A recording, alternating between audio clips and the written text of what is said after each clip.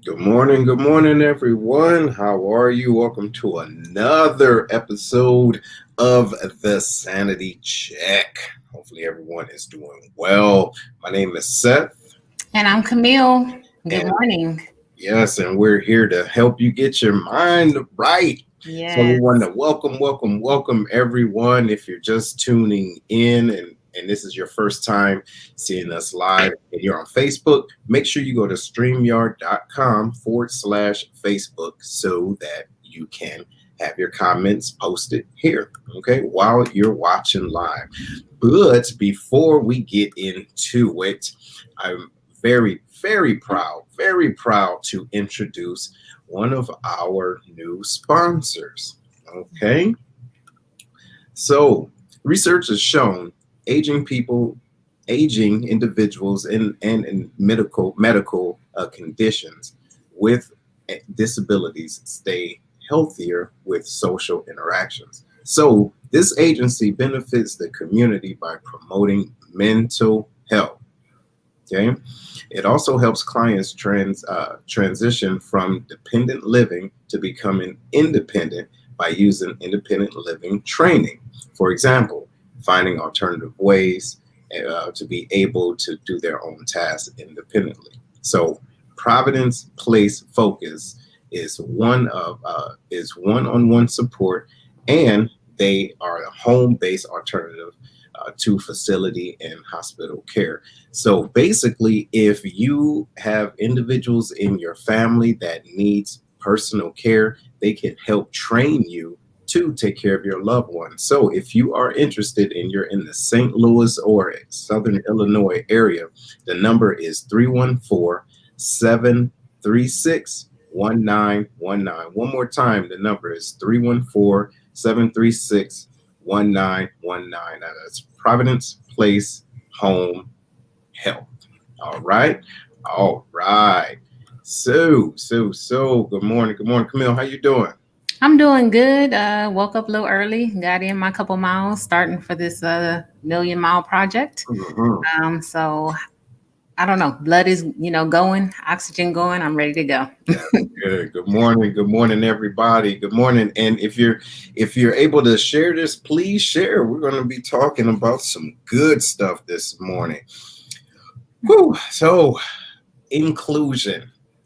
I know based off of everything that's going on and that has not been going on, meaning publicized. What we hear a lot of now is, or like a buzz phrase, is diversity and inclusion. All right, diversity and inclusion. But when that, yes, you do be getting it in. But when you think about that, when you think about diversity and inclusion, we're all diverse, either by how we look or our thought processes or our background or whatever. But being included, everyone likes to feel included. However, you won't always be included. So, what do you do about that when you're not invited to the reindeer games? What do you do? Do you just cry about it, or do you force an organization to include you? So, that's what we're going to be talking about today. So, Camille, what you think about that? It is diversity inclusion. That is the big thing right now. It's always been a thing across the years, but right now there's a huge emphasis on it, especially with all the stuff that's going on. And sometimes we are excluded. And it makes us feel a certain kind of way, and we walk away. Sometimes we're bitter, sometimes we're angry, sometimes we're confused because we're like, well, I thought I was this person's friend, and it can cause some break in whatever relationship or some conflict in the work centers and things like that when we are excluded or seemingly excluded from certain things. So it takes a little bit of introspection. It takes a little bit of kind of, I don't know, doing your own thing, a combination of things to get through that. But it's a real feeling. Nobody wants to be excluded from anything, but sometimes it might be for your good. There we go. Yeah. You're absolutely right. So that's what we're talking about, ladies and gentlemen. How do you feel when you're not included? And sometimes not every open door is meant for you to walk through. Yes. right? And maybe it's a reason why you wasn't included. Okay, and it may not be malice, but what I've found out was there's research done in March 2013 that it's a what our brains, how our brains process not being included. You start to focus on the identification of threat versus opportunity.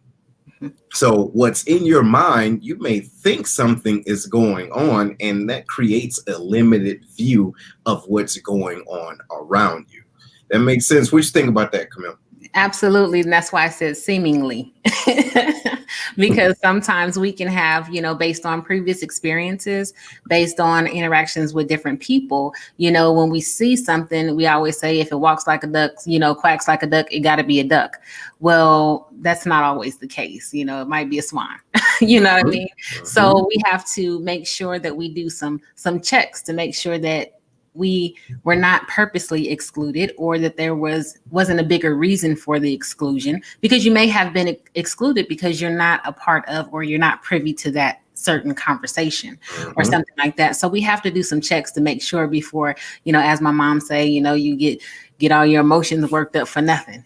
Save your emotions for when they're needed, and then sometimes it'll save you a little bit of embarrassment as well. So Absolutely, absolutely. So, and ladies and gentlemen, you guys think about it. Tell us what you think about the whole not being included. And I mean, we talk about it often.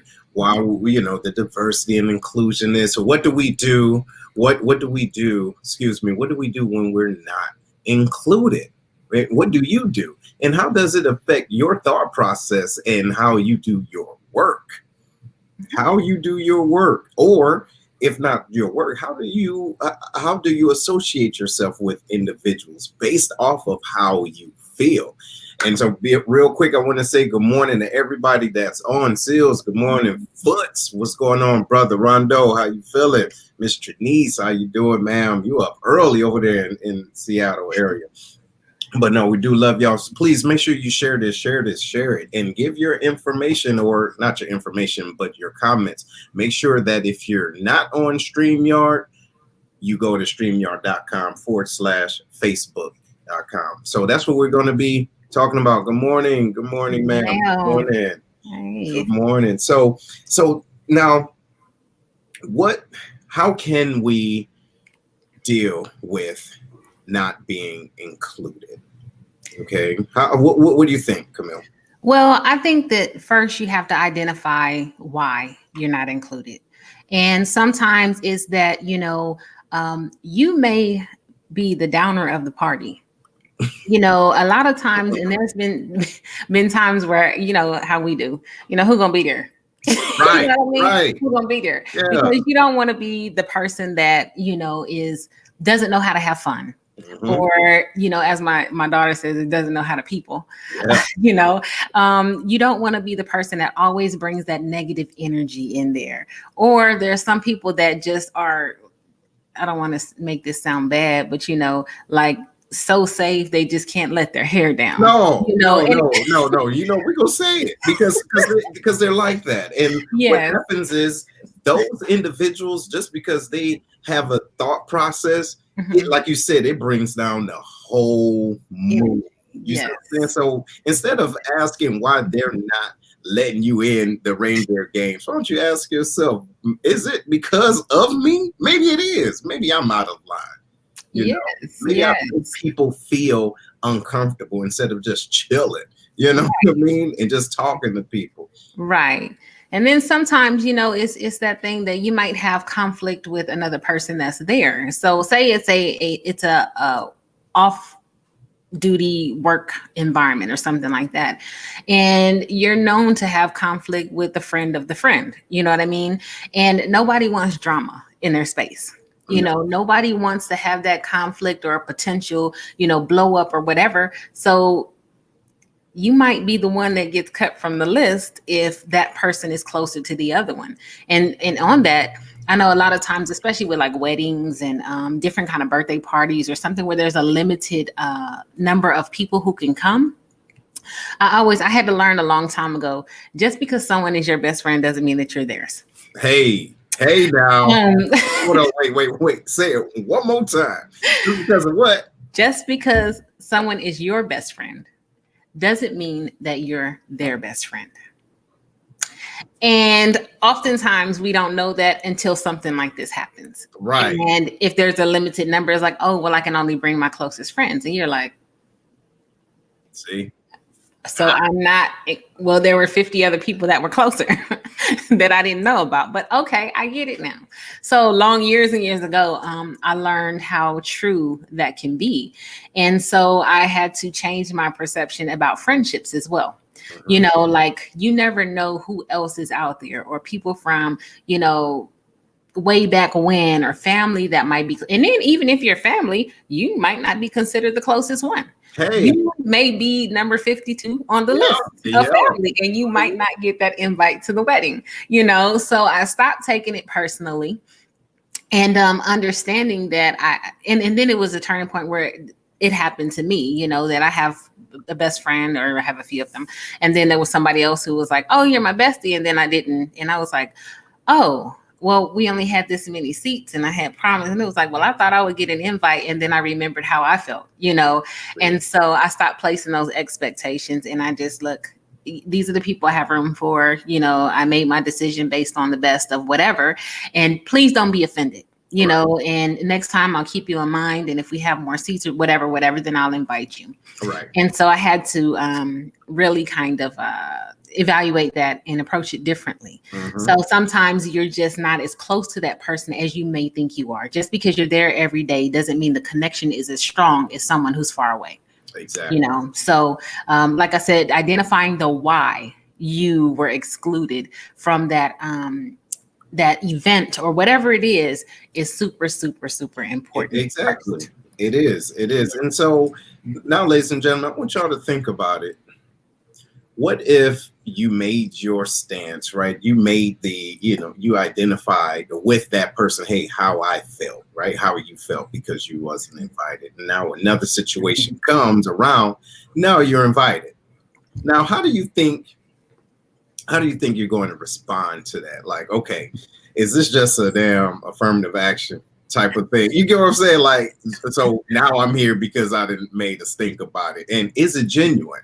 So that's what I want to transition to. When we do what we have to do to be included, let's say it's outside of the workforce, because there's times when you most definitely need to be there, especially when it's dealing with you and it's a conversation to advance your career, right? But so we're talking about social. So if we're talking about social issues or, you know, just being around people and you make it a point to let people know, hey, I didn't like I didn't like the fact that I wasn't included. I did this. So you shame you shame people, right? Because they didn't invite you. And it may not have been on purpose, so to speak, but then now when something happens, now you there. Now everybody know you was the one that made the problem. Well, not necessarily made the problem, but you get what I mean? Yeah. So now you're going to be uncomfortable. Like, well, damn, do I really want to be here? Or are they just allowing me to be here instead of, you get what I'm saying? Absolutely. And then the other thing about that is I know a lot of people that have made stinks and stuff like that. It's like, well, when was the last time you invited anybody to your event? Or to your conversation or to your table? You know, you never invite anyone else. But you expect to be invited to everybody else's table. It's a give and take. You know what I'm saying? And so it could be they were feeling the same way that you're feeling right now. You know what I'm saying? You didn't invite me to all of those things that I know you had. So guess what? You didn't get invited either. Now you know how it feels. You know, and the next time they might say, okay, well, you can come to the table. Ain't no telling if you're going to be uncomfortable or not at that table, knowing that you were, you know, a charity case. You know, there you go. But seriously, though, we have to think about those things. Are we asking more than we're given? You know, that's asking right. more than what we're given. And, you know, when you do go in there, you have to already go in prepared, you know, for the possibility that you may feel some sort of way because you're thinking, oh, did they just invite me because they really wanted me to be here or because I said something about it? Well, that's a chance you have to take. So are you going to show up? Right. And then let's think about this. There's some thoughts that we should have in the forefront of our minds. And we said it earlier, like could have been a mistake, right? Was it a mistake? And are you overreacting? Like, is it really that serious? But then again, you always have to ask yourself, did you really want to be invited?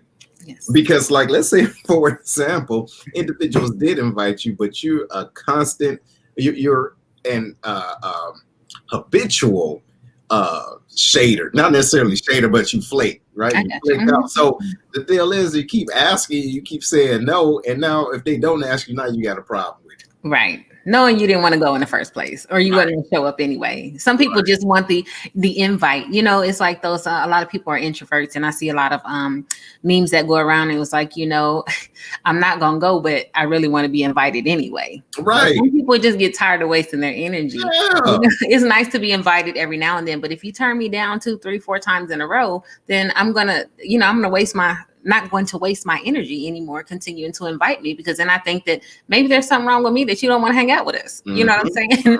Maybe that there's just some, whatever. So we have to really be cognizant of that as well. I remember too, Seth, when I was, moving up in the ranks and everything, I always had my shops, whether it was 30 something people. And I am extremely social when it comes to taking care of my people. So we would get together and we would go go-kart riding and bowling, and we would go out to different trips, and I would invite people over to my home for like Thanksgiving or Christmas or whatever, and have a big spread and the whole nine. Well, I noticed that as I got up the ranks, like they'd be having all kind of things and nobody would invite me, and I was like, dang, like nobody likes me anymore or whatever. Right. But then I realized too, I started laughing. I said, look, you guys, I'm not even going to be offended or whatever if you don't invite me, because what I realized was, as the tiers separated, they have to have their own kind of fun.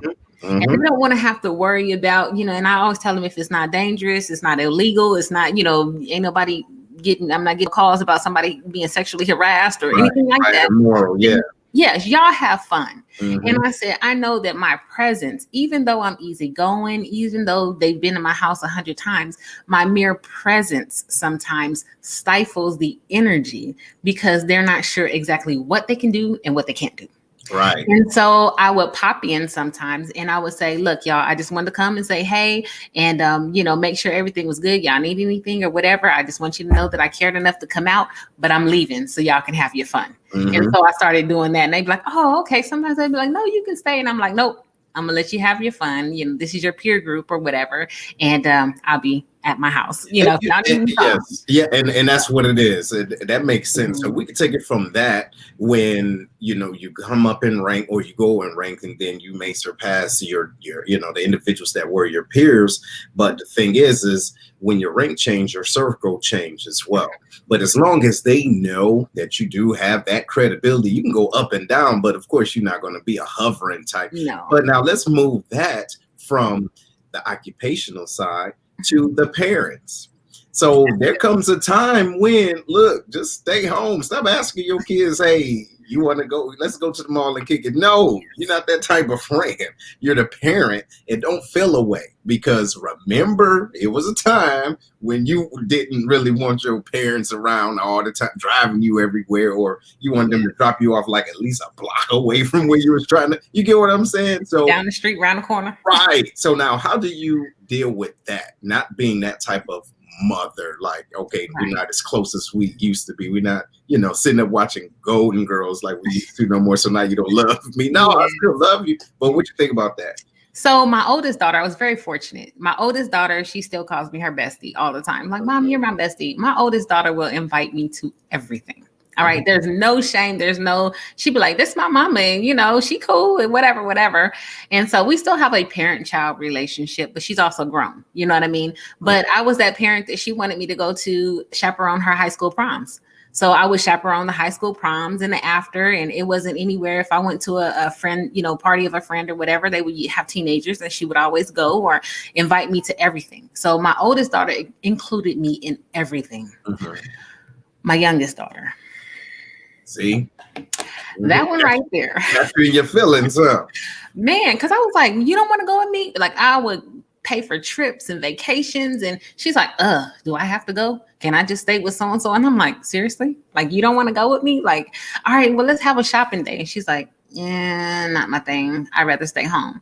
And I'm like, boo, okay, well, let's go to get massages or my fingernail. She's like, what's my dad doing? He's working on a motorcycle. I'll just stay here and work on a motorcycle. What? Mhm. And so I was like, and then going with her and her friends and stuff, she'd be like, I'm good over there. Like, I'm good. Trying to give her a hug in front of people. She's like, I'm like, and I was Mhm. like, what? I felt like I failed as a parent the Right, second right. time around. But I had to realize, one, that they were two different kids. You know what I mean?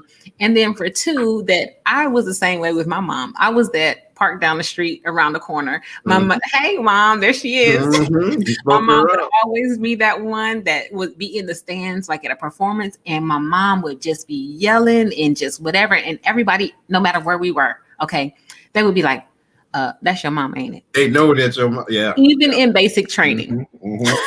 Mhm. basic training graduation, my TI came up to me and said, don't you look over there, Stevenson, but that's your mama, ain't it? She said, just turn slightly. That's your mom. I said, yes, ma'am. She said, I knew it. I knew it. So all the way through, my mom has been that parent. And I remember being like, oh, Mhm. I appreciate it now because Mhm. she was always present for those Right. things. And that's the But key. then, Oh yeah, and that's the key. So we can't get in our feelings about it when our yeah, kids are growing up. But then again, if by staying there, they will understand. They will mhm. understand, and she hear you, she hear you because you know it's true. So, but now we're talking about that and just being included and how not being included can mess with our psyche. All right, we talked about it a little bit earlier. And so, good morning, everyone. If you're Good just morning. tuning in, we're talking about not being included. What do you do? And we talk about the diversity and inclusion all the time, but not everybody is coming to the table. Mhm. So keep in mind, the table may be so big with so many chairs in there. Now, what is the true motivator for being in the room? Okay. So think about that. Think about if you just want to be there to prove that you can be there, or do you want to be there to help enhance the organization? Because studies show that it increases the safety, Mhm. as far as being having personal safety, right? Because the more individuals that's around you, you feel closer and more secure. And also, it brings different points of view, Yes. right? It expands thought processes. And it's also, if you have a group, it makes it easier to recruit individuals because they see it's different individuals there, right? Right. But at the same time, you won't always be included. So like I said earlier, what do you do? Right? What do you do when you're not there? Do you moan, complain, and try to force the issue to be at the table, or do you build your own table? You see, what you think, Camille? I think that's good. It depends on the organization or the table that you're sitting at, because sometimes you do need to be there, and Mhm. sometimes there are decisions that are made that affect your work centers or your family or whatever. And by you not being included, they could be missing a huge chunk of something, a huge chunk of information. Yeah. And so the decisions that are not made with all of that in mind. Mhm. And it can devastate sometimes an organization. It can devastate a person or their career. So you have to make sure that the right people are in the room. There we go. And sometimes the right people can be intimidating to the people who are hosting, and they want to exclude them, but the results will never be the same. You can't just have anybody in the room.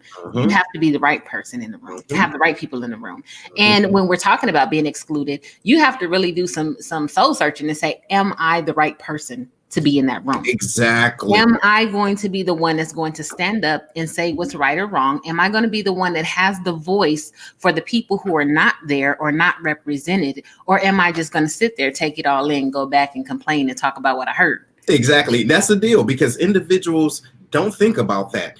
Mhm. What is bringing you in a room going to do? You Yes. know what I'm saying? Do you have a track record? Is your personality or your movement been proven?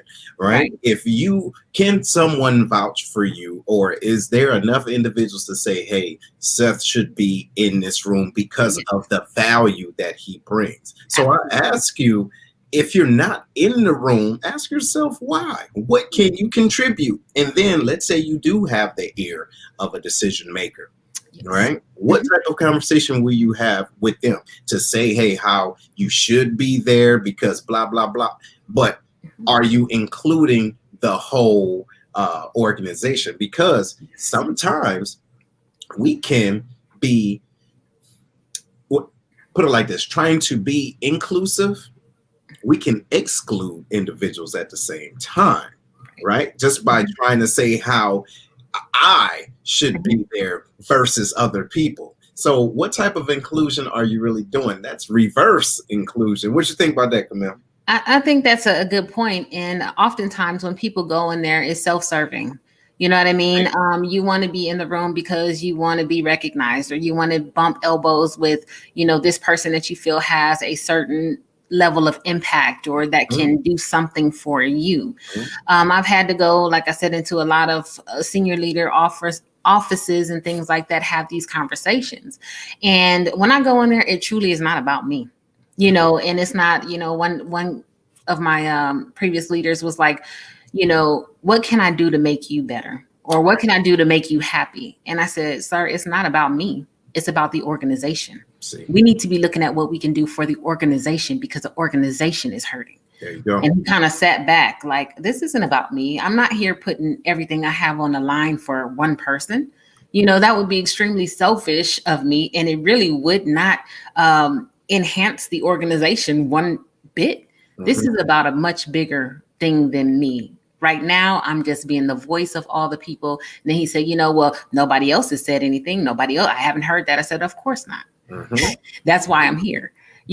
I'm here to be the voice because these are the things that I've been hearing. These are the things that have been happening. And I'm not sure you're aware of that. So it has nothing to do with me. And so once we established that I wasn't coming in and wanting anything from him per se, from me or from my career, and that this really was an organizational thing, everything about our relationship changed. mhm, And mhm. then he would ask for, my perspective or what do you think about this and all that kind of stuff, because he understood it wasn't for selfish reasons. There was no selfish motive behind it. It was about taking care of the people. Right. And so you have to have those right people in the room. And oftentimes people, well, how did you get that? I don't know. They called me. They know that I'm going to be honest. They know that I'm going to be open about, certain things. So there's a credibility that's built too that says, I am privy to some tables, not all. Mhm. And the ones that I'm at, those are the ones that I try to make a difference. And then maybe that'll open a door for the next table, the bigger Absolutely. table. So some people want to go from, that little folding chair, the little card table in the corner to, like the Oval Office. You can't do that. Right. It's Right. a whole lot of steps in between, a whole lot of Mhm. growth, a whole lot of, conversations and experience, and proving yourself that you're worthy of being at that table. So Absolutely. And that makes a whole lot of sense. Makes a lot of sense. But ladies and gentlemen, I know that if you are watching this and watching us stream, if you want to give your comments, make sure you go to streamyard.com/Facebook. Okay, so we can be able to see them all here because I've been going through. I see yours, Trinice. You make some valid points. James, you too. Miss Jackie, yes, ma'am. She says, when excluded, which happens, I sometimes ask myself if I'm the most needed in the room or behind the curtain in the room. When I find that answer, I understand my purpose for that cause. And that's what it is, ladies and gentlemen. We have to think about what are we able to do in the situation, right? Sometimes we have to take the back seat. Mhm. And hold on, sometimes you can, what I mean by taking a back seat, you can actually mold and mentor an individual that's in the room. Yeah. Come on now, you don't have to be there to be effective. And the other thing is sometimes you can do more, or you can stifle more things being in the room That's exactly depending on who you are. right. I know that there were times where there was meetings that happened I wasn't included, Hmm. and I knew I should have been in the room, but Hmm. I'm glad that I wasn't, because Hmm. there was free flowing information in that room Hmm. that got back to me. Mm-hmm. It wouldn't have happened had I been there. Right. And so then I was able to go back and confront those things Mm-hmm. because they would not say it in my face or Mm-hmm. in my presence, but they said it around those that they were comfortable with. And I used to always, well, there was some situations, but I always say like, a little birdie told me, y'all Right. don't know who's in a room that knows who I am. There you And when go. things are said that are not true, they always come back to me. They Mm-hmm. always, and or if there's pieces of information that I should have known, they always come back to me. And it's the least suspecting people. Mm-hmm. Like I have friends that they were like, I never would have put y'all together. I'm like, Right. good, you know, so you can say whatever you need to say freely. And I get that information and then I can act based upon that, you know, and go back and say, okay, this was said, this was done. And they're like, oh. I'm like, look, you know, so sometimes your presence or the absence of your presence in a room can Mm-hmm. be just as beneficial and powerful as if you were one of those needed in the room. Yeah, and that's the So, key. you know, as long as the other right people are in the room that can share that information as well. So, Absolutely. And Miss Janae, she says, I've learned when you truly work in your gift, not for attention, just fulfilling your purpose, invitations will be extended.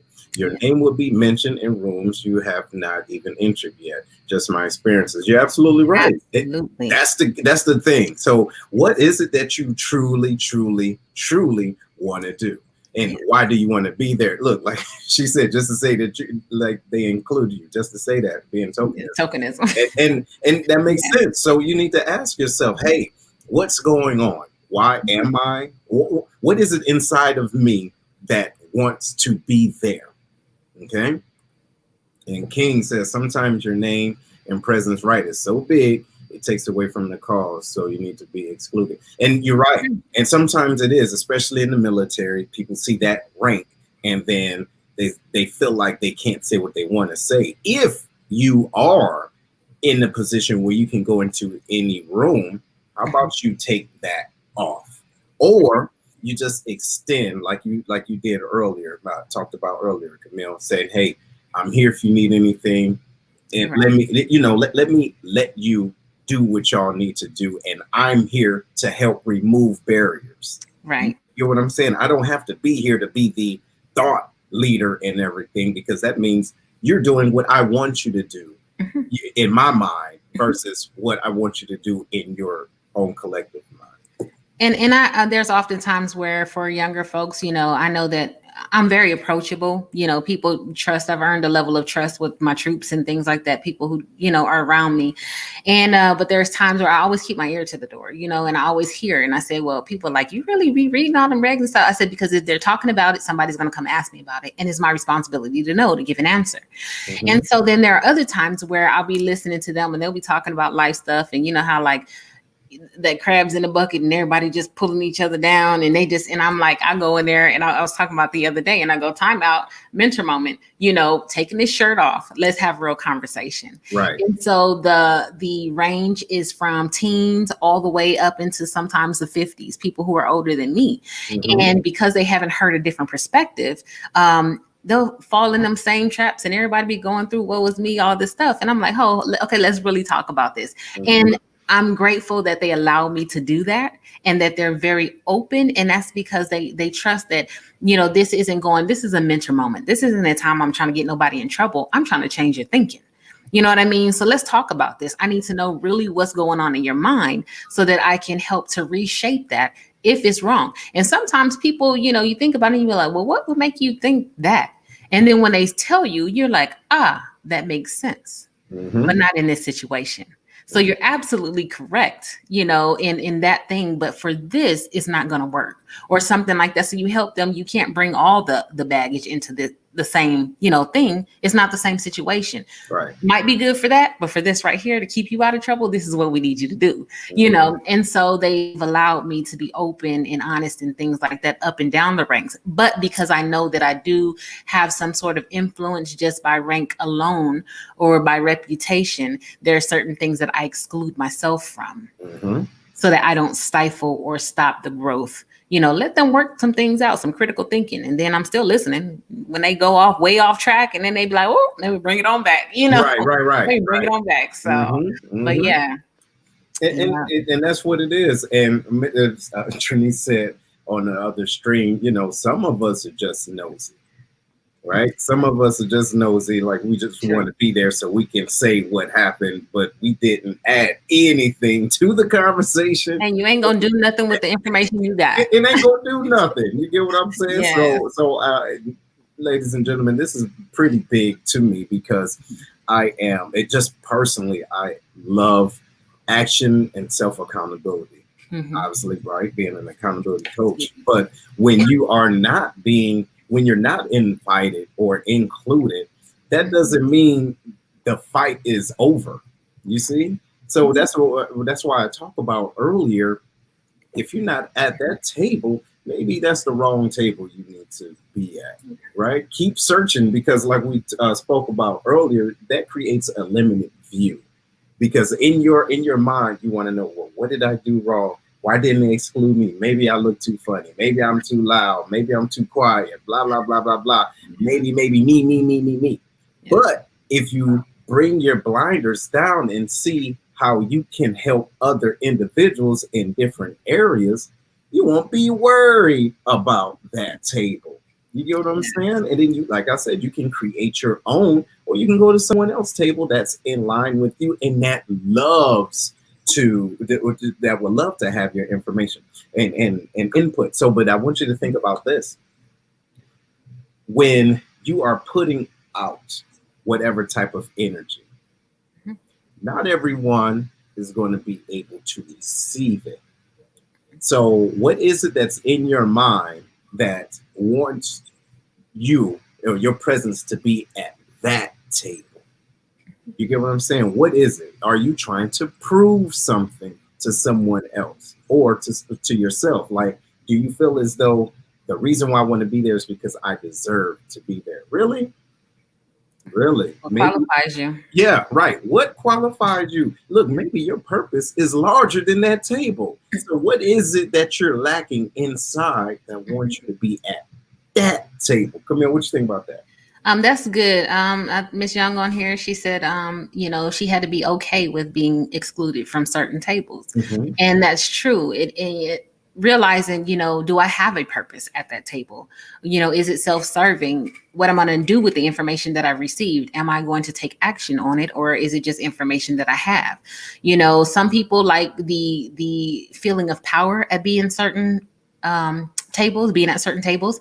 Some people like the affiliation of being around people that are at certain tables because they feel like that, if they know that connection, that person, that maybe they'll get a leg up in some other area of their lives or careers or whatever it is. Some people, it's just a personal thing. They have to feel like they're the one in control, or that they're always, the face of something. Right. But like you said, if you're not adding value to the people who are under you who could benefit from that, it's okay. Let me go back. So it's like all those meetings that we're having. Okay, like up here. I'll just say up here. Right. And there's a lot of information, and I've been in a lot of those meetings. There's a lot of information that gets passed down, and it stops. That's right. And it's information that will affect the entire organization. Mhm. This information has been out there for months. Nobody has disseminated it. Mhm. And then at the last minute, they're like, we have a tasker and it's due tomorrow. You've been knowing about this for 2 months. And people are like, oh, we just got it down. Oh no, I was in that room. It was supposed to be disseminated through a certain thing, and sometimes my purpose in that room is just the 5 minutes that I have to give a speech. But usually I have to sit there. So I have to absorb all of this stuff. Mhm. I take care of my squadron a lot of times, and I used to give notes and stuff. Okay, this is what I heard. This is what I did, whatever, what this is coming down. But that stuff would stop. And it never would filter down to the right people who were actually doing the jobs or who actually had to do it. And then at the last minute, they give these taskers and say, well, nobody submitted anybody. Well, we didn't know about it until yesterday, as if we didn't have whole jobs to do, Exactly. So what are you doing in those rooms? So Are you giving down the information so that people can act on that? right. And I'm glad you said that. That right there lets me know that individuals don't know or they don't like to pivot. What I mean by that is this. Let's say this is my chair, right? And it swivels. So I'm receiving information from higher ups. Okay, I'm receiving the information from higher ups and I'm giving my reply or whatever. But when I get the information, I hold it. I don't go like this, pivot, and give it to the individuals that I'm over. Yes. Because what I'm doing is I'm holding and hoarding the information to see how it benefits me first. Yes. You see how it benefits me first. Let me get everything I need out of it, and then I can just the crumbs. And then when I'm holding on to this information, I have this information and I have other taskers. So now the time frame is going right because time don't stop. And then when I get asked about it, now I'm sending like Miss Sharp says, those last minute taskers. That's when it happens because I'm not pivoting at that time because we know if there is a Monday morning meeting, okay, where all the groups and everybody come together once a week, boom, boom, boom. First thing Monday morning, there are taskers that may be due Friday, but you need to fact check and do everything you need to do. So I would be the type of individual to get that information, write it down, give it to my unit, and say, I need something back by Wednesday. Yes. So we can go through it, boom, boom, boom, boom, boom, boom, boom. So I can give a final finished product before Friday. Yes. See? Yes. But if I don't pivot and I'm hoarding information, then I'm setting my unit up or my organization up for failure.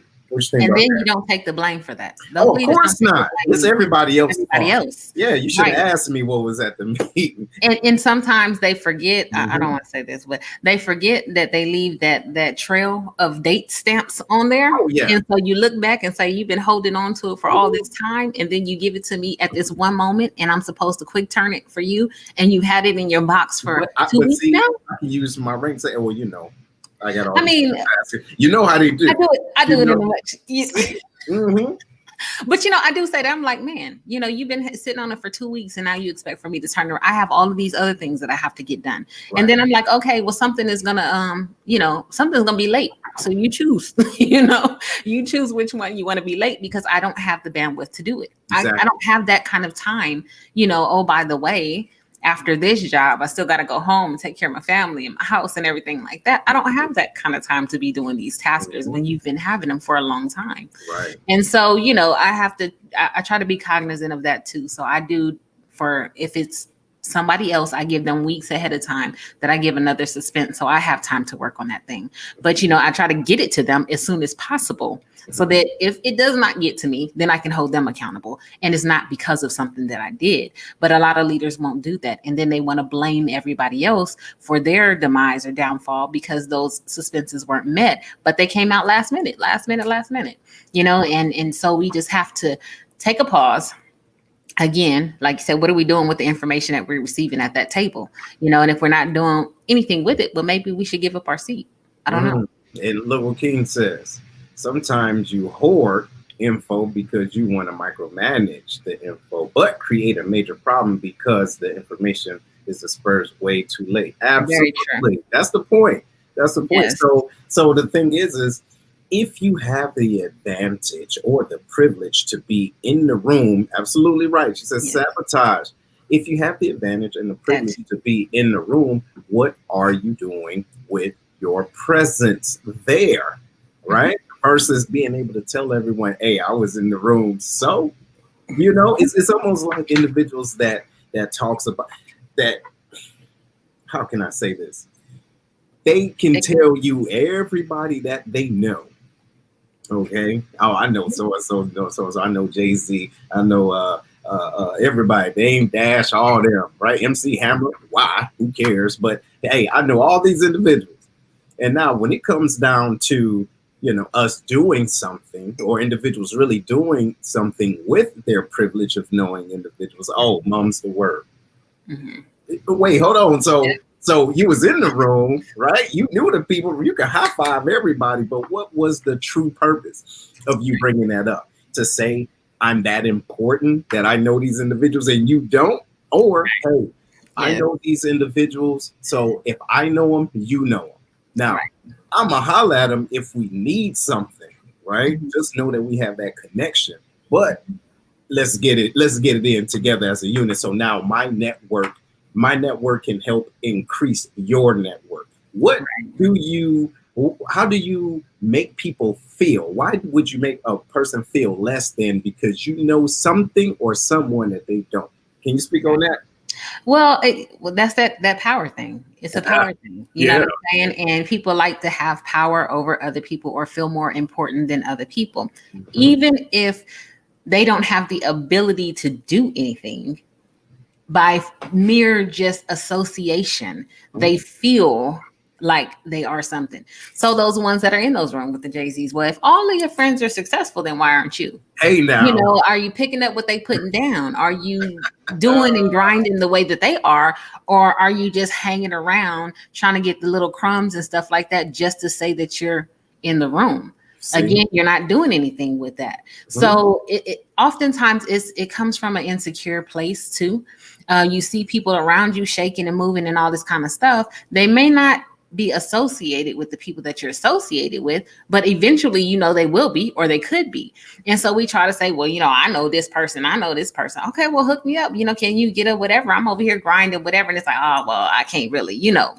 The other thing on the flip side of that, let me say too, is a lot of people that know you know a lot of people, they want to jump on and sometimes they want to suck everything out of you, right? Mhm. But they're not ready for that next step. No. They No. don't have everything. And so I always say, even when it's my friends and stuff, you know, there has to be a level of credibility because I like my name. Whatever Mhm. it may be at the time, I like my name, you know, and I'm not going to drag my name through the mud for you and you can't even produce.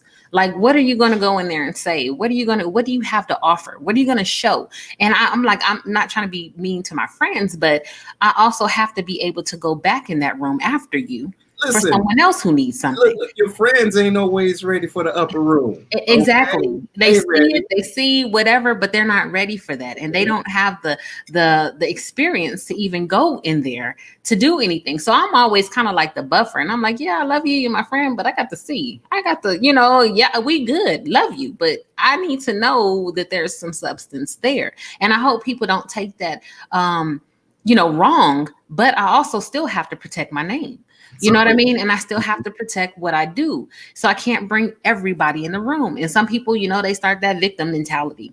You know, oh, they ain't want me there. Oh, you know, I can't even do this. I can't even get $20 because you know they got all this and all that. Well, what how did you earn that $20? You know what I'm saying? Looking in and seeing, are you just taking and you ain't doing nothing with what you got because you just want somebody to elevate you, put you on an elevator and move you to the next level? Or are you working, taking them steps, learning everything one by one to get there? Because even though a door of opportunity may be open to you, you can't stay in there if you don't have the knowledge, skills, and abilities to keep you there. and that's the key. You got to That work. is the key.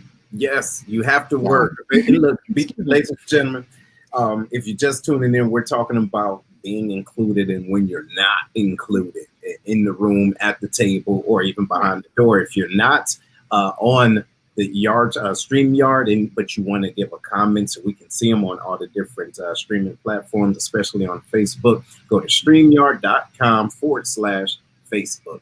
And but no, that you just said something. You just said something. Yes, hold on. Look, look, the upper room is only for eagles, right? The climate might be too high and too thin for chickens Mama. in the room. No, she's Yes, I right. was about to say no. I was about Yeah, to say John Maxwell has one of his principles, and it says, "Don't send your ducks to eagle school. there you You'll go. frustrate the eagles, and you'll frustrate the ducks." That's one of my Absolutely. favorite lessons. I've never said that to my mom, and I don't think she knows that, but that is one of my favorite lessons Yes. because a duck is going to be a duck. And You you know, cannot it's turn a duck into an eagle. you can. And there's so many different analogies that Mhm. focus on that, but we need to be cognizant of what we have done to get in the room. Yes. And just because we have the same let's say part of our molecular structure is the same does not mean we're the same up here. And Yeah. so you said something that made a lot of sense. Like if you did what you did, your name is attached to whoever it is that you bring in the room. So individuals, if you're not being included in the room and you know someone that is there, instead of asking them why you aren't there, how about you ask them how can How you you get in there?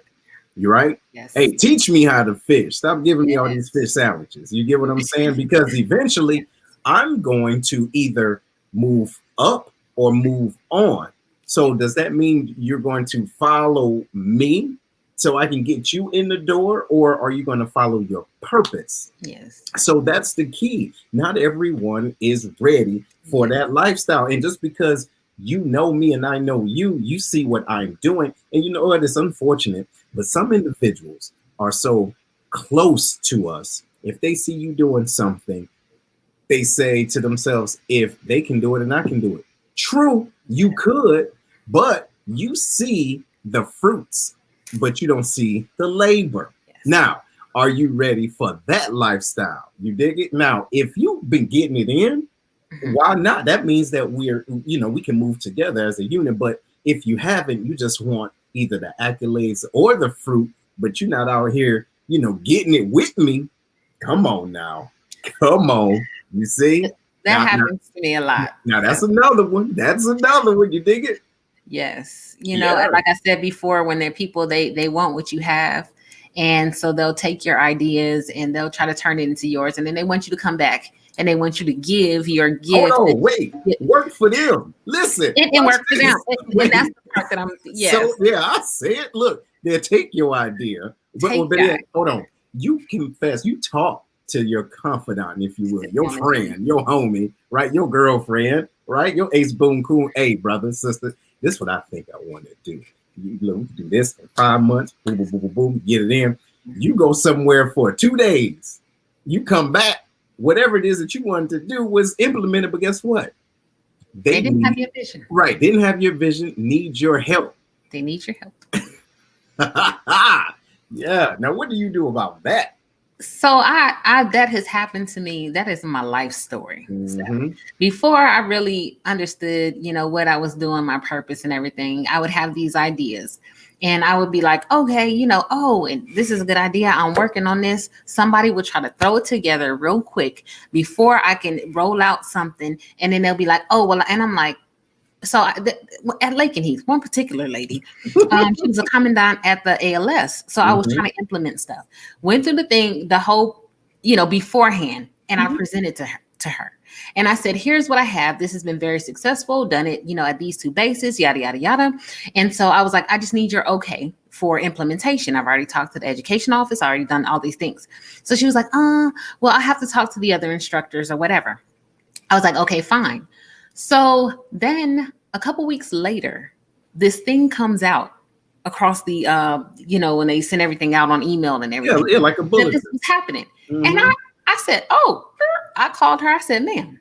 She was like, well, I had already thought about that a long time ago. And so I said, thinking and doing is 2 different things. See. And then I had already, I had the wits about me to ask the staff. So I said, did she ever bring this up? And they were like, what are you talking about? Like, no, we just heard about it. She just came out with this thing or whatever. And I said, I've already asked your staff. Nobody heard about it. Here are the date stamps. And I ran that up. She was so embarrassed. I ran into her again. She had commissioned when I was deployed the last time. She looked and I didn't know it was her. I sat across from her. She looked up and it was like she saw a ghost. And I was like, I remember you. It never got anywhere. See. It never got anywhere. Something that was super successful across the bases could have been super successful for those ALS students because of her pride and wanting to be the one to do everything. She did no background work, no nothing, didn't understand how it was supposed to be rolled out. It flopped. And then you want me to come in and give you my help and help you? No, ma'am. Sorry, that just became yours. And I'll do it at the next place. Yeah, and that's what happens sometimes. And I posted this before, but individuals will bring down the whole ship just because they're not the captain. Yes. See, just because they're not the captain, they will bring down the whole ship, everybody up in it. So all of the thought process, the leg work, the connections and everything, just because you're not the captain, you're like, you know what, forget it. It's done. We don't need this. And by the way, they want to use your services and all of your stuff for free. Always. But they would pay somebody else, thousands and thousands of dollars to do it. But because for my idea. Oh, no. Of course. And that's the deal. That's the deal. You have to be able to willingly give all of this, right? Who are you to ask for any type of payment? Silly, Right. silly girl. Why would you, right? Now that's the difference. Now Yeah. we have to talk about or go into knowing the difference between your worth and your value. Yes. Two different things. I know it sounds like the same thing, but it's Right. two different things. So we have to be honest with ourselves to say, hey, I know my value. Yes. So, however, I cannot attach what I have to every situation. Right. You get what I'm saying? Because it may not be fruitful Mhm. because of the toxic parasites that's around there, right? Because we do have organizational haters. You You understand what do. I'm saying? You do. Either at your job or just in your social circle. You do have those haters, ladies and Absolutely. gentlemen. And listen, you might not call them that, but you know who they are. You feel Yes. me? And they know who they are. So the thing is, do you keep sprinkling all of these good ideas to include individuals that's not willing to help you produce? What do you do about that? Well, I say there's 7 billion people in the world. Find you your own group that's going to support and encourage and it's going to be there with you genuinely, and you build your own table. See, That's what I say. see, I just say I've learned that I had to, some of those people that I wanted to be connected to, I wanted to, I- it didn't work because their intention wasn't pure and it wasn't, I'm not a self serving person. mhm, And I can't surround myself with self serving people because it's not going to work. What I have here is not just for me, it's for everyone. It's not a, how much I haven't got paid for a dollar or nothing I did. You know what I mean? Because it's not about me. Now, eventually, I know my value, I know my worth, and eventually that will translate. However, you can't be, and that's just so I can continue to do what I do. But you cannot have those types of people surrounding you when that purpose is bigger than you. And so you have to build your Well, own. hold on, say it again. Say it one more time, because see, it's people that's just tuning in. I want y'all to get these jewels so you can do something with them. What you say? I don't know what you said, but Say it again. Say it again. You know what you said. no, I don't. You didn't forget. Oh, so we're just No, talking crazy. no, I'm just saying that you can't have self-serving people around you when your purpose is bigger than you. You see? So See? it is because when your purpose is bigger than you need people who can see that it's bigger than them as well. There And you what they contribute is not just for them, it is for the big picture. And so I didn't know what I said, Seth. I know you did. I know you did. You just being But funny. yeah, but you know what I'm saying, and you have to be able to weed out those people and say, oh, and so I'm very sensitive about the people who I let in, and now who I give my ideas to, and that I share certain things with because of that. And some people, it's all about them. It's just to say that I was able to do this, I did this, this was for, and I'm like, yeah, those are not the people that I want to attach myself to, because the purpose is bigger than the one. It's bigger than the I. It's about all of us. You And know, so I just had to build my own. I'm a person that I'm kind of in and out. Those folks that are really close to me, they know who they are. mhm. They know who they are. And those are the people, we have things in plans that we're building. You know what I'm saying? And so I just cannot, I had to separate myself. I had to, like Jenna said, I had to be okay with being excluded. And I had to realize that I have skills and things like that, that I can build my own table. There you go. I can build my own, and I can hand select the people that are good for what it is that I'm trying to do. A diverse, set of people who, it's not about the power. It's not about the position. It's not about what people can do for them, but it's about what they can do for other people. Absolutely. And it's a much better place and a It much better is. space. Oh, heck yeah. And, You and know, less stress. And I appreciate the fact you said that, because it's because of you that this sanity check is growing, right? So I appreciate you. yeah, thank you. The Lions Den, the individuals that's a part of the Yes. Lions Den, Herm, Will, that's Spence, right? Herm, Will, Larry, Foots, and everyone that's a part of that. And we can't do anything solely by ourselves, and that makes a lot of sense. But like you said, we have to be willing to look at what we need. Okay. And ladies and gentlemen, if you're not familiar with the four lenses Four lenses is a personality test that breaks you down into colors. You have your gold, your yellows, your blue, and no, your gold, your orange, your blue, and your green. All right, and together, right, they can make a great team. So it's your responsibility to know if you are the captain, so to speak, of the boat, who do you have in the boat? Not everyone needs to be in it. You dig it? Because just like in the book, not everybody in your boat is rowing. Now, your mother said something that made some sense. It's a good question. How do you politely get rid of your haters, self-serving people, when your purpose is bigger than you and them? Now, personally, hey, listen, Come on, I'm not, listen, look, I'm not as cuddly as Miss Camille. Check it out.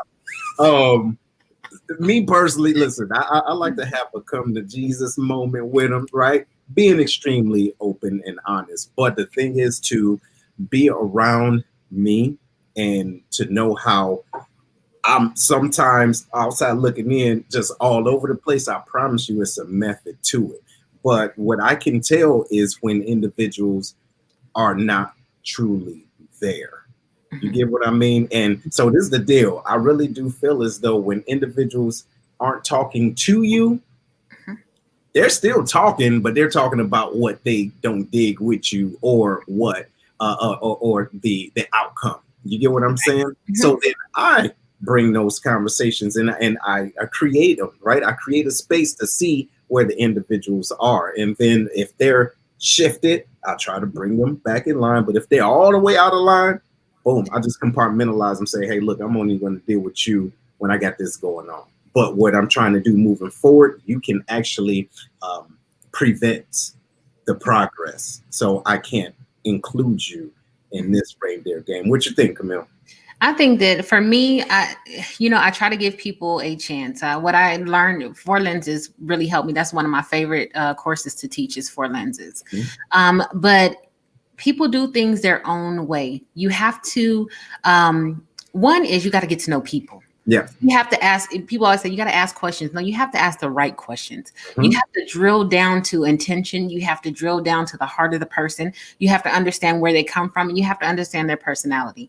A lot of times we think some people are toxic, but it really just is their personality, and so once you can identify that, which tasks to give them, where they'll thrive, and you give them that stuff, and then just bring it back. Some people's processes, mine is kind of, it used to be more methodical, and so there are some people who it's chaotic. And I used to give stuff to my troops. Some of them are probably on here. And I'd be like, don't let me see the process. As long as it looks like this in the end, mm-hmm. I'm good. These are the things that are important to me.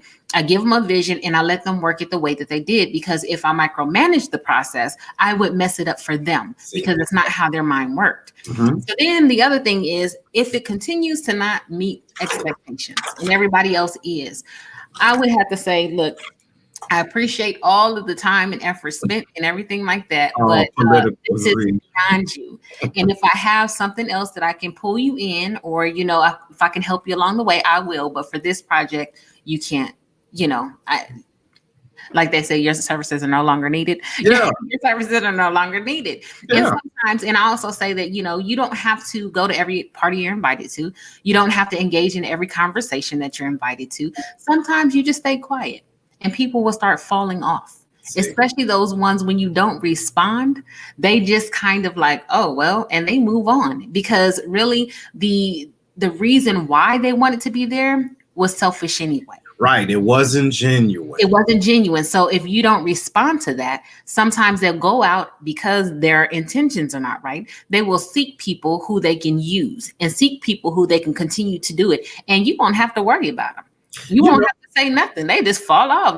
Shake the haters off. They'll fall off and go about their business and try to find out whoever else they can leech off of. You don't have to do much. I love the way you said that. And we've talked about this before, those spiritual vampires. So what you have to do, ladies and gentlemen, if you got one there, because what they would do is they'll suck all the life out you. You get what I'm saying? They suck your ideas out. And then what they can do is they suck the life out of the thought process and the zeal that you put into this organization. So, like you said, what do you do when you don't feed into them? Listen here, you put this thing around your neck, right? This is symbolic, right? This is symbolic because see, they're coming for it. See what I'm saying? They're coming for you. Protect it. You got to protect your neck. Yes. Protect your neck. And what's going to happen is, they're going to shake the scene. They will shake the scene because, like you said, they're coming there for a wrong intentions anyway. Because if they wasn't there to take away, that means that they will come in there to give. And if they can't give in that way, in one way, they will find a different way to contribute. You get what I'm saying? So once you protect yourself and you don't feed into the mess, they don't have anything to feed off of. And then, like you said earlier, they're going to go somewhere else and do the same thing to somebody else. Yes. You know what I'm saying? The same. And, Mama, I said she put on there, I'm so polite, but I'm effective though. I'm effective. You have to know you can't fight the same battle with everybody.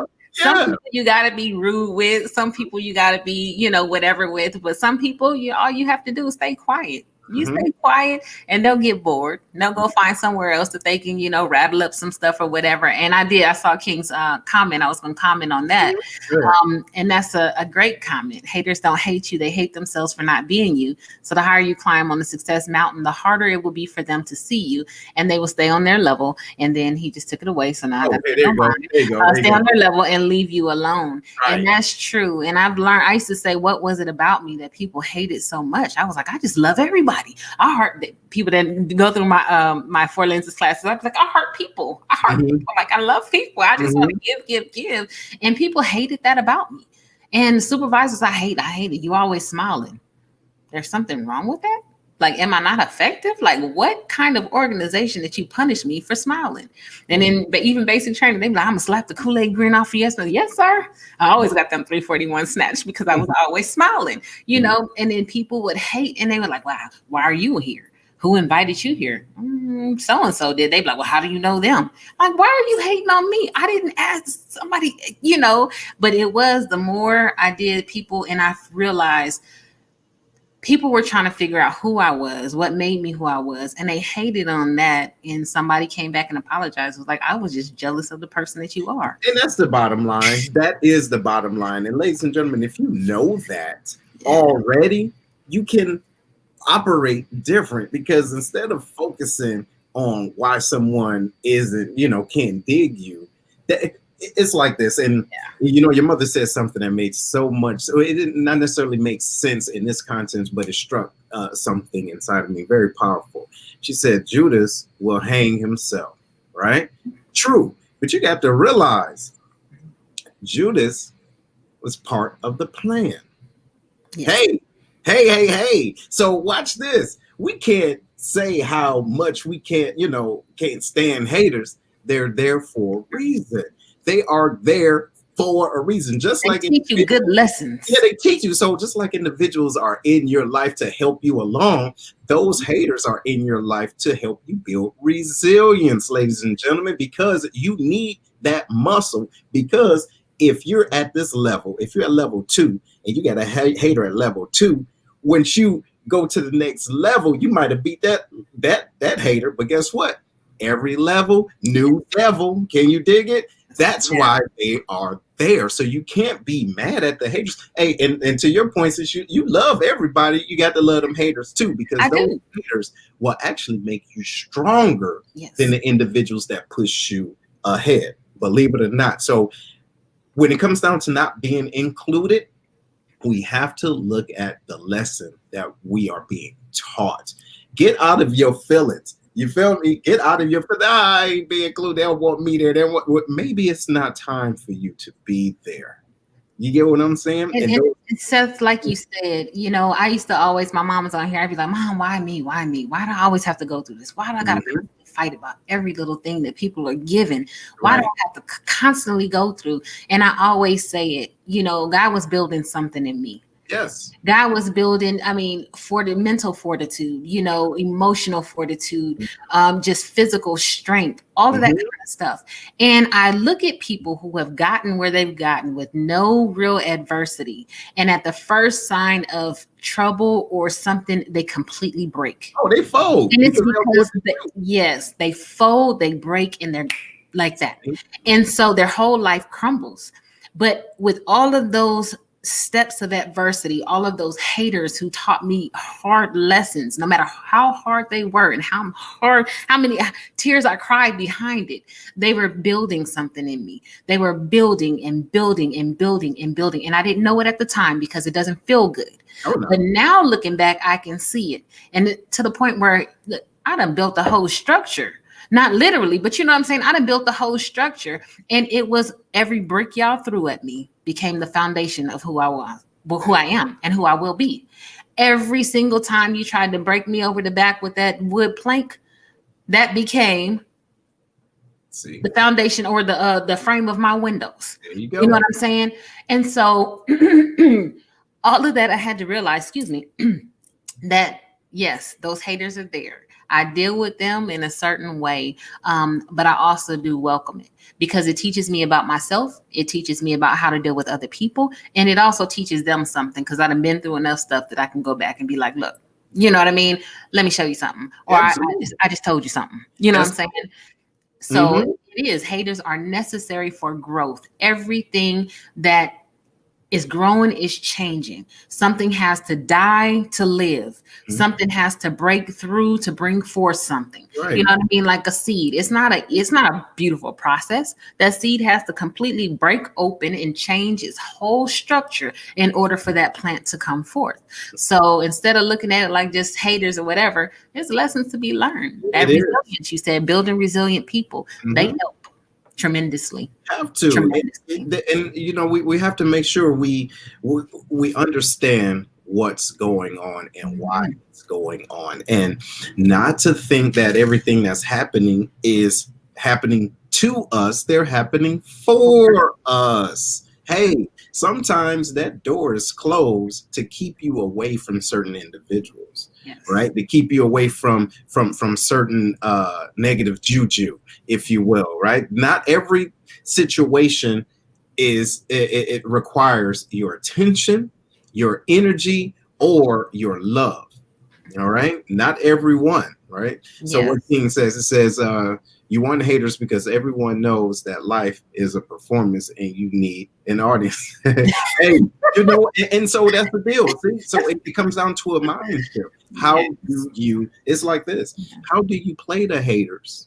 Mhm. How do you not play or hate, but how do you play Play the the haters. haters? Because if not, they're going to play you, and you Absolutely. eventually, essentially, will end up playing yourself. Mhm. Check it out. I'm gonna say it one more time. How do you play the hater? Right? Yes. How do you play the hater? Because if not, you will play yourself because now you're off your game. See, you focus on crazy over here, but you have something that can help a multitude of individuals, but you're focused on not being liked.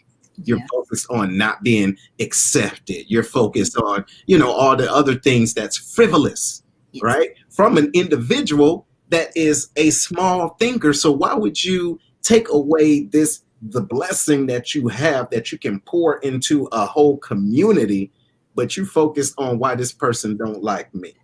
And the other thing I thought about was oftentimes we try, as you're saying that, talking about haters, we spend so much time and energy trying to get into rooms that are not built for us. There you go.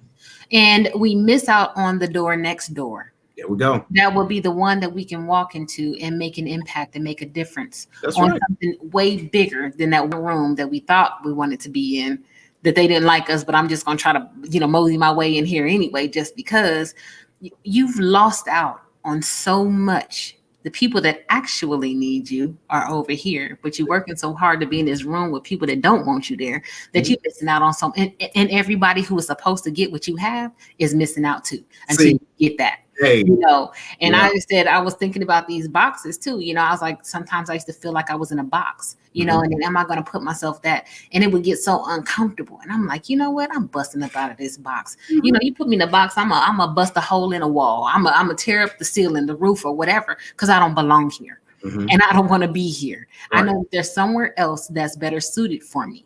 And so I started trying to find those rooms, Mhm. that were big enough to hold who I am. Not saying that in a braggadocious way, you know what I'm No. saying? But those little small boxes and small thinking. I'm Yeah. like, I don't think small like that. So I had to start looking at, okay, if I'm not supposed to be, or they don't want me in this room, why? Is there somewhere else I'm supposed to be?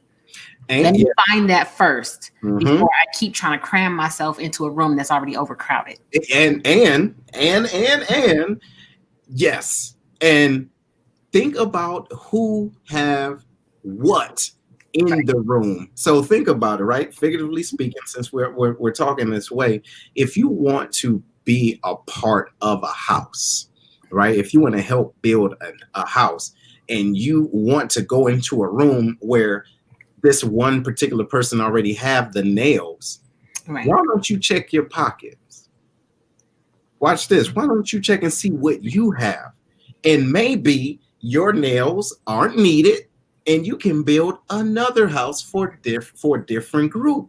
You see what I'm saying? So think about it. It goes all the way back to being included and not being included. Check and see what you already have.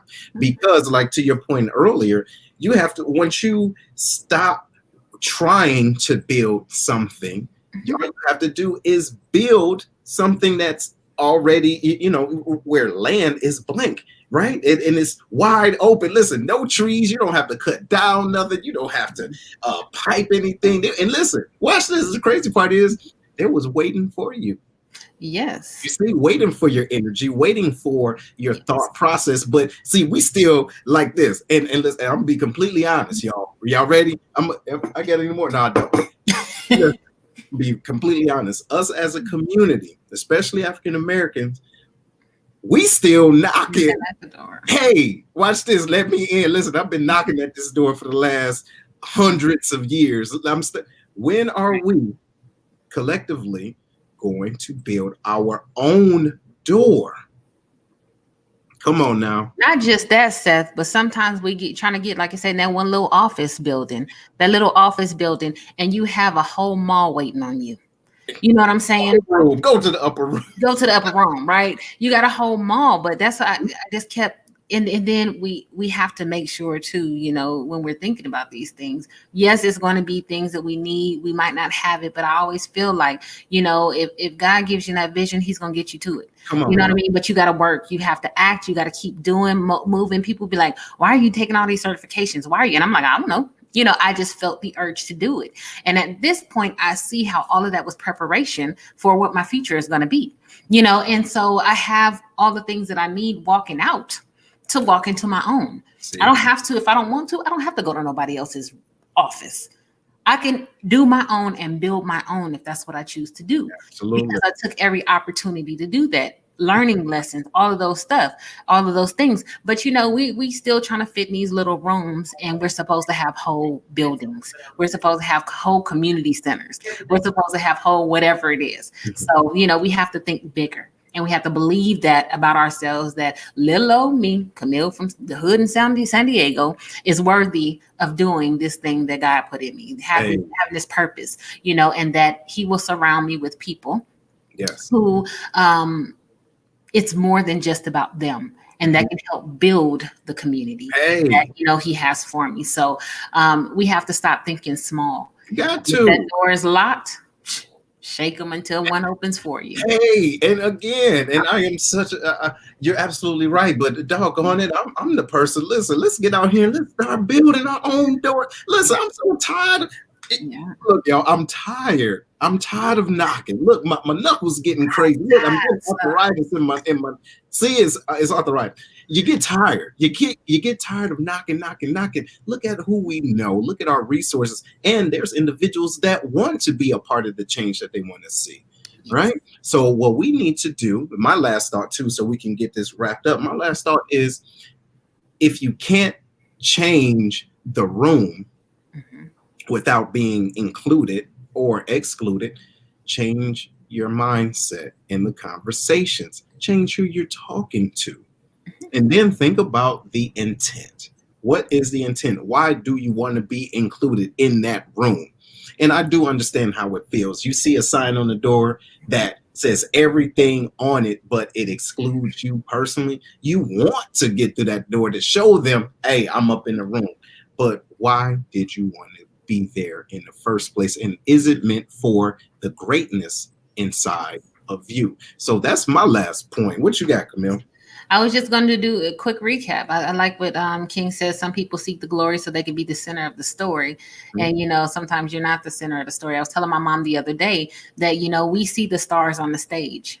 And I've learned back then that, I'm a builder.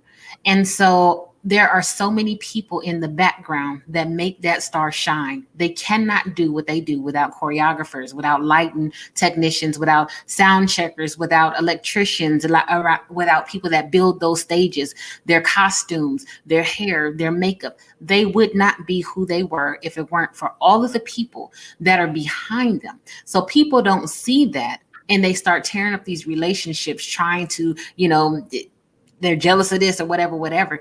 You don't know the story behind it. You want to be the spotlight, but that comes with a lot of work. It comes with a lot of dollars spent and wasted. Sometimes it comes with a lot of trial and error to build that.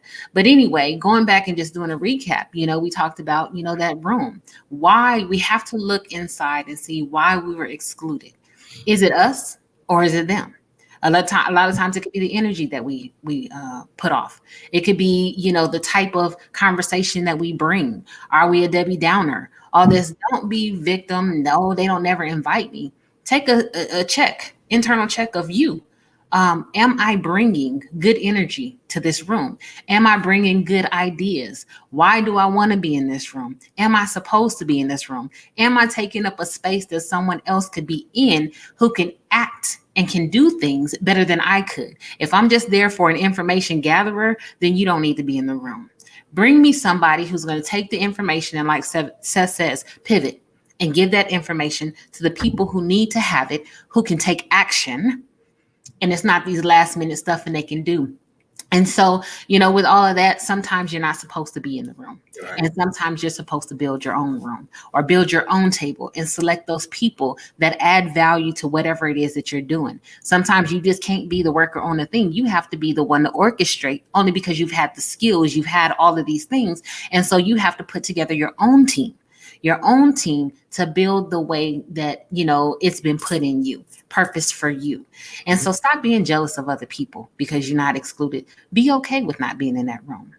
Create a room that adds value to others, and you select those people who continue to add value to others. Sure. So it's so much to be learned in this whole lesson, but you don't always have to be the center of attention. A lot of times people see or whatever, and I'm like, well, how did they know this? I am a get in, get out type of person. You don't know what I'm doing on the background and all that kind of stuff. And so even this is very different for me because I'm just a worker, but I know that there's a bigger purpose. And like I said, I'm a builder, and that's to help other people. And so I have to accept the shifts that come along with it as well. And I have to stop. I learned to stop knocking on all these doors I wasn't supposed to be in, or trying to squeeze into a room that I wasn't supposed to be in. There's another door for me, and I'm going to do that. And there's room at the table for everyone to eat. Everyone to eat. It is. There's room at different tables for everyone to eat. So you really have to, just stay in your lane, do what you do, and do it for the right reasons. And all of that stuff that you're looking at, seeing, it'll come to you. Absolutely. It'll come to you. Okay. Well, listen, Camille, tell everyone where they can find you. So you can find me on, you see my website there, Aspire to Grow Higher. That's just for my book. I'll be building that website more later.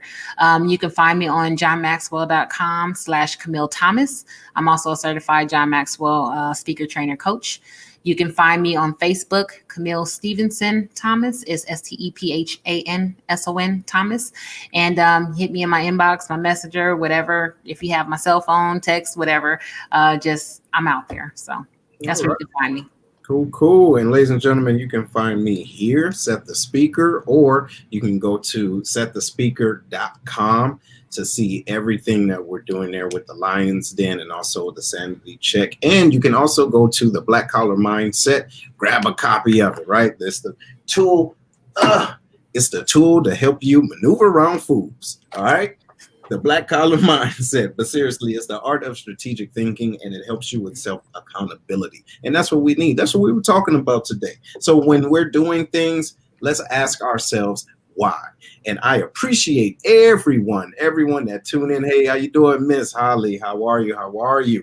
And she says she loves that necklace. Anything you want to say about that necklace? Yes, this is Holly. I get all of my jewelry and swag from her. She's a paparazzi dealer and mine. And so thank you for always making sure that I look good on this show.